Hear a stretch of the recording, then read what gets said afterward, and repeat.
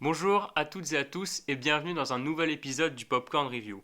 Vous pouvez vous abonner pour soutenir la chaîne, liker pour nous indiquer que le contenu vous plaît, activer la cloche pour ne rien manquer par la suite et commenter afin de nous exprimer vos avis.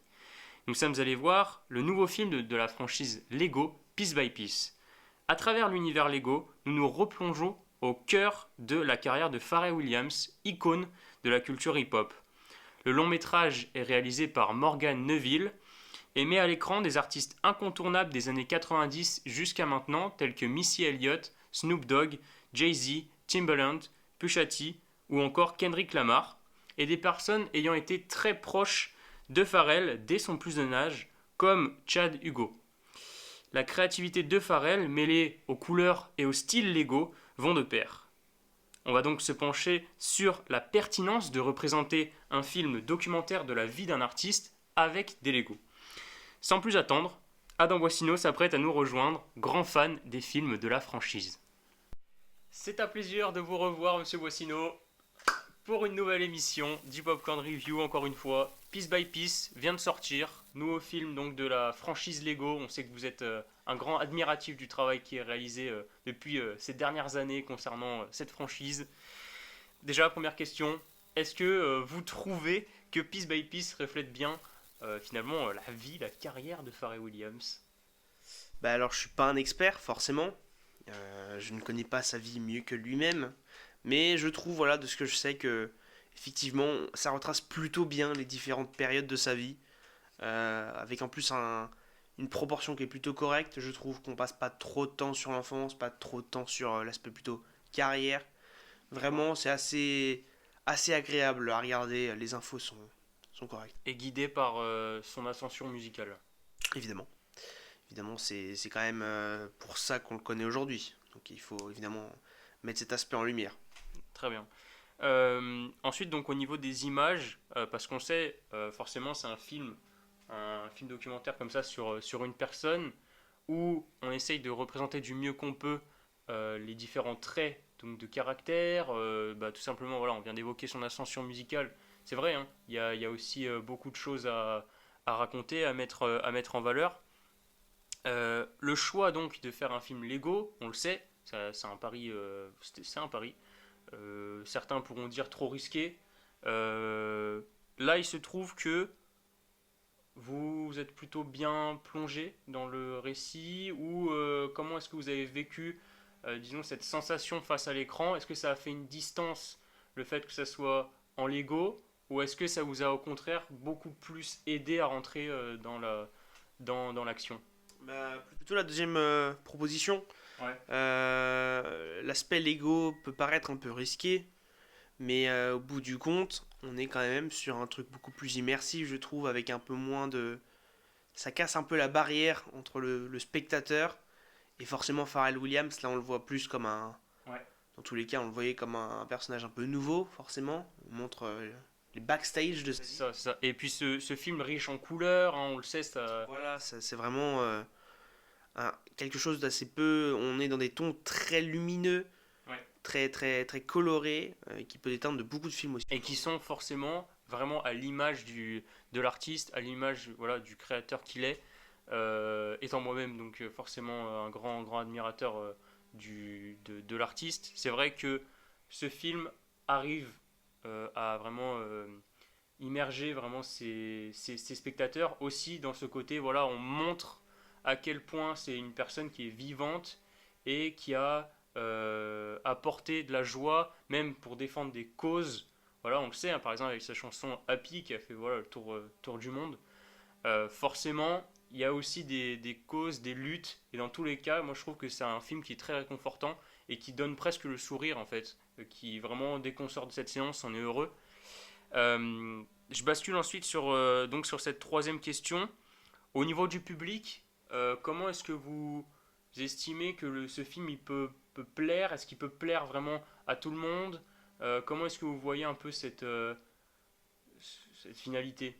Les gens qui n'aiment pas Pharrell Williams n'ont pas lieu d'aller le voir, déjà, forcément, mais plus largement, C'est un film assez familial, je pense. Alors, le côté Lego aide un peu, Ouais. notamment pour les plus jeunes, je pense qu'il peut être quand même intéressant, avec cette particularité du documentaire. Et sinon, oui, forcément, Pharrell Williams, c'est quand même un personnage assez connu aujourd'hui. Mhm. Globalement, tout le monde connaît au moins forcément Happy. Ouais. Donc, finalement, c'est assez intéressant de s'ouvrir à un personnage qui plus est assez. Tout le monde le connaît, mais on connaît que de nom souvent. Donc, Mhm.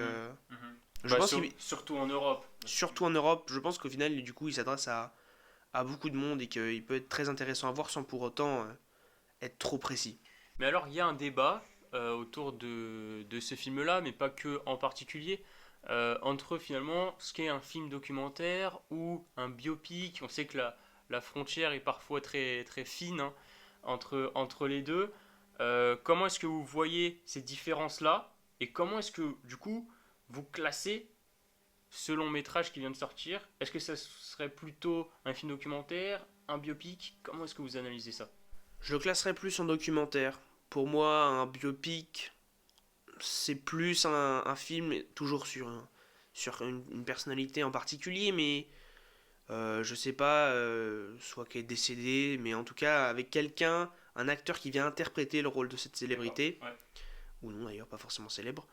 Et alors qu'un documentaire, voilà, c'est la personne concernée qui vient contribuer, même parfois elle ne Mhm. contribue pas, mais en tout cas c'est vraiment, on montre des images de sa vie, alors que le biopic pour moi c'est vraiment une interprétation du personnage, D'accord, ouais. Il y a vraiment ce côté, mais aussi forcément avec des acteurs. évidemment. On l'a vu notamment avec Monsieur Aznavour, où Tahar Rahim rentre pendant 6 mois avant le film, presque un an, je crois, dans une préparation totale au rôle, tellement bah, voilà, il doit être impliqué pour le représenter.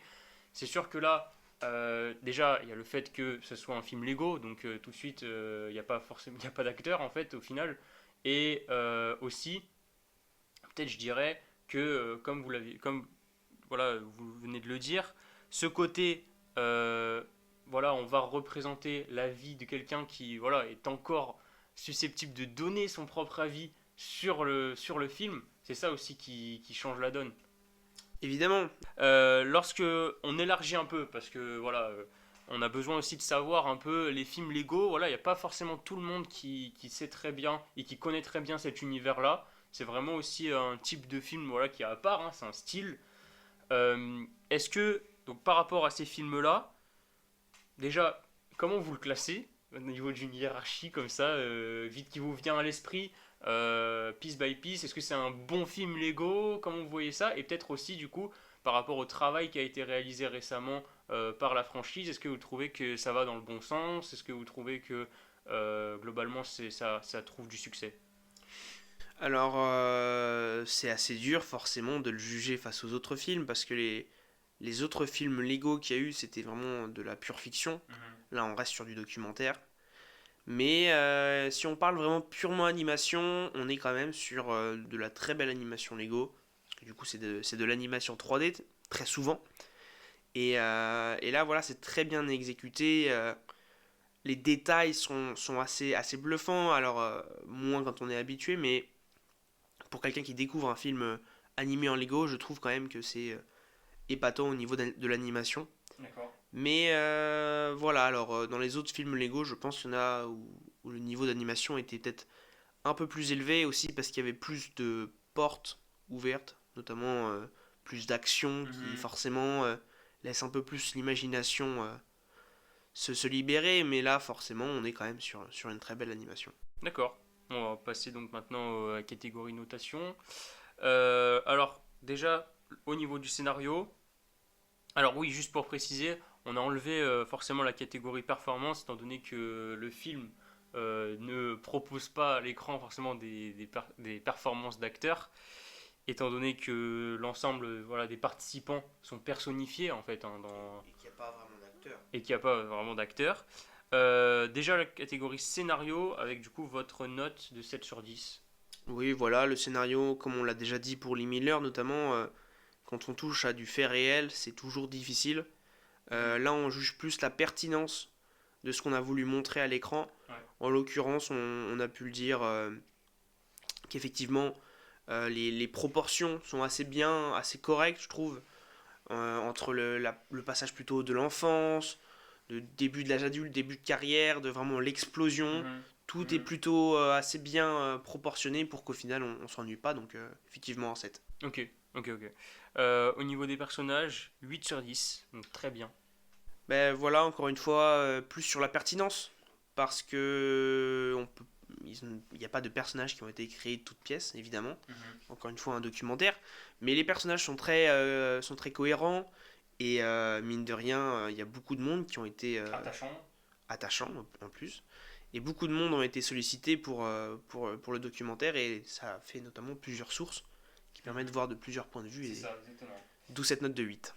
Très bien. Par rapport aux objectifs, donc globalement, voilà, on en a dit, hein, on a à peu près deux grands objectifs donc pour le réalisateur Morgan Neville, à la fois être capable de retracer globalement le parcours hein, d'un artiste de cette envergure à l'écran, et dans un second temps, donc du coup, dans un premier temps de façon simpliste, en fait, tout bonnement essayer de retracer un parcours, et en plus de cela, le pari des Lego et se dire tiens, eh ben on va apporter, parce qu'en plus le personnage le veut, hein, ce côté voilà, très créatif.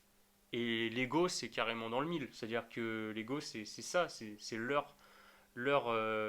symbole de la créativité pour moi. Donc, quelque part, l'objectif, 8 sur 10, encore une fois, c'est très bien.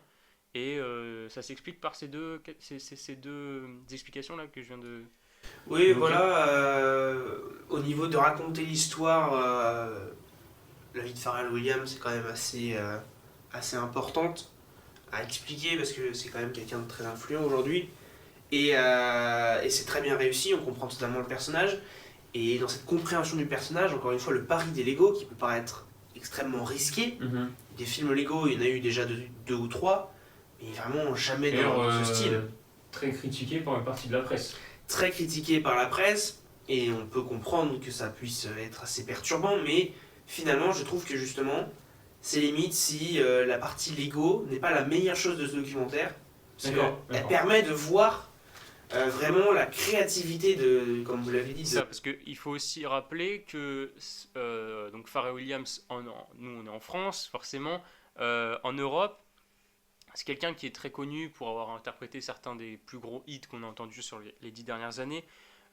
Mais pour autant, voilà, il y a quand même des gens qui sont pas forcément très au courant de ce qu'il a fait, euh, forcément en Europe, puisque c'est plutôt d'abord quelqu'un qui s'est forgé et qui a vraiment eu une importance dans ce contexte aux États-Unis.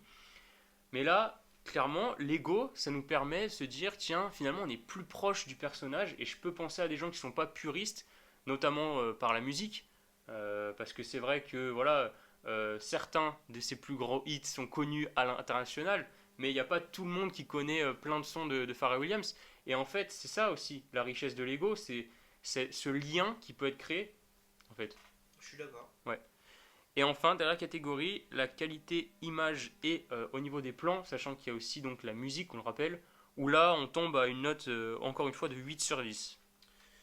Oui, parce que le choix des musiques déjà est très bon. Il y a une petite proportion un peu moins connue, mais elle reste suffisamment basse pour pas non plus perdre les spectateurs, Bon. disons, lambda. Au niveau de l'animation Lego, on l'a dit, c'est vraiment très bien. Mhm. Et après, au niveau des plans, forcément, C'est pas c'est pas l'objectif central. Voilà, ça reste de l'animation, et dans l'animation, souvent, c'est pas les plans qui priment, mais plus l'animation en elle-même, qui là, pour le Bon. coup, est bien réussie. Donc globalement, donc, si on enlève la catégorie performance, on tombe à 3,8 sur 5. Oui, voilà, 3 étoiles. 3 étoiles, alors c'est 3,1 sur 4 normalement, et on la repasse sur 5 pour quand même pouvoir les juger avec les autres, même si elle est un peu hors classement celle-là, mais voilà, on est quand même sur un film quand même assez C'est correct. ça, et si vous aimez Pharrell, eh ben, il faut vraiment foncer. Voilà. Si vous ne connaissez pas forcément, bah, et que par exemple, soit vous appréciez Lego, ou alors même que vous avez une petite curiosité, on vous incite fortement à y aller. 3 étoiles, donc. Et je vous remercie, Adam Westino, d'avoir encore une fois participé au Popcorn Review. Comme toujours, au rendez-vous. Merci à toutes et à tous d'avoir suivi ce nouveau numéro du Popcorn Review, votre compte-rendu hebdomadaire des sorties cinématographiques. N'oubliez pas de vous abonner et de liker la vidéo. On se voit la semaine prochaine pour un nouvel épisode où les cardinaux devront se prononcer.